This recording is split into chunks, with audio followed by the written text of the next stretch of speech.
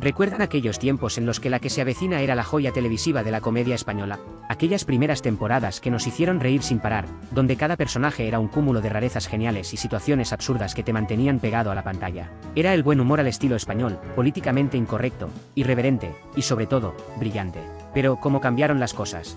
Si la serie comenzaba con una trama fresca, llena de humor ácido y personajes memorables, las últimas temporadas parecen haber sido una parodia de sí mismas. Y no lo digo yo, lo dice la crítica popular y la legión de seguidores que, aunque siguen al pie del cañón, ya no saben si llorar o reír ante el esperpento de lo que La que se avecina se ha convertido. Así que, en este vídeo, vamos a hacer un recorrido por la serie que nació como una joya de la televisión y, lamentablemente, se fue convirtiendo en un pedazo de carbón.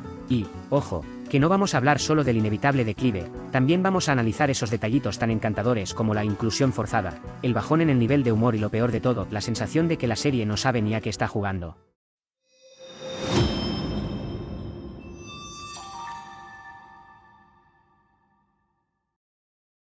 El comienzo glorioso de La que se avecina.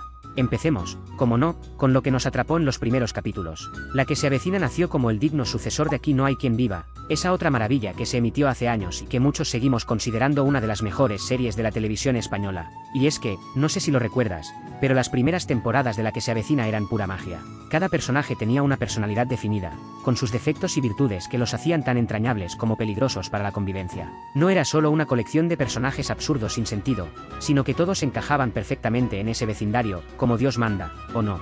Y el humor, vaya que sí. En sus primeros años, La que se avecina se caracterizaba por su afilado sentido del humor. Ese tipo de comedia que no te hacía pensar demasiado, pero que te daba lo suficiente como para reírte de lo absurdo de las situaciones cotidianas.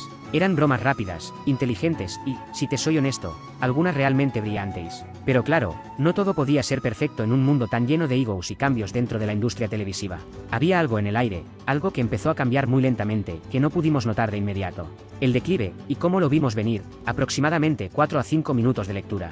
¿Y qué pasó después? Bueno, para los que se hayan quedado dormidos en las temporadas 9, 10 y 11, les voy a contar un pequeño resumen. La serie empezó a perder su chispa. Y no lo digo como un fan enfadado, lo digo como alguien que ama la comedia, que ama la crítica social y que ve con tristeza cómo algo tan brillante se convierte en, bueno, en un esperpento. Primero, la inclusión forzada.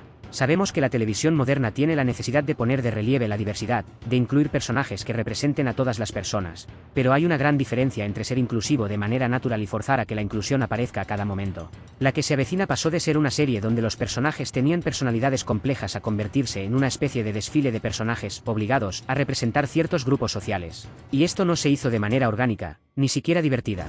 Se notaba, por ejemplo, como algunas situaciones o líneas de diálogo no estaban ahí para servir a la trama, sino para cumplir con una especie de lista de cosas que deben hacer todas las series en 2020. Además, esta obsesión por tener un personaje que represente cada grupo terminó restando a los personajes que ya existían, haciéndolos más estereotipados que nunca. Si te fijas, el vecindario ya no tiene esa magia caótica, donde todos parecían un desastre en su propio mundo. Ahora todo se siente artificial, incluso los giros más impredecibles de la trama tienen un aire de ya lo hemos visto antes, pero con otro toque que no hace gracia. El humor que ya no es humor. ¿Y el humor? ¿Dónde quedó ese toque tan afilado y satírico que marcaba la diferencia en los primeros años? Hoy en día, las bromas parecen estar a la altura de un niño de 5 años con un chiste de papá. El humor de La que se avecina se ha vuelto barato, repetitivo y a menudo predecible. En lugar de los guiños inteligentes y las críticas mordaces a la sociedad, ahora lo que tenemos es una serie llena de chistes fáciles, estereotipos cansados y una insana obsesión por lo políticamente correcto.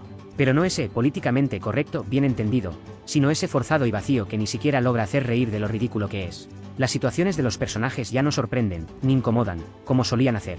Ahora todo se siente reciclado, como si los guionistas estuvieran buscando desesperadamente la manera de llenar minutos de pantalla con lo primero que se les ocurre, sin considerar si eso va a generar alguna reacción emocional en el público. No, ya no estamos ante ese humor audaz y provocador, sino ante un mal chiste mal contado.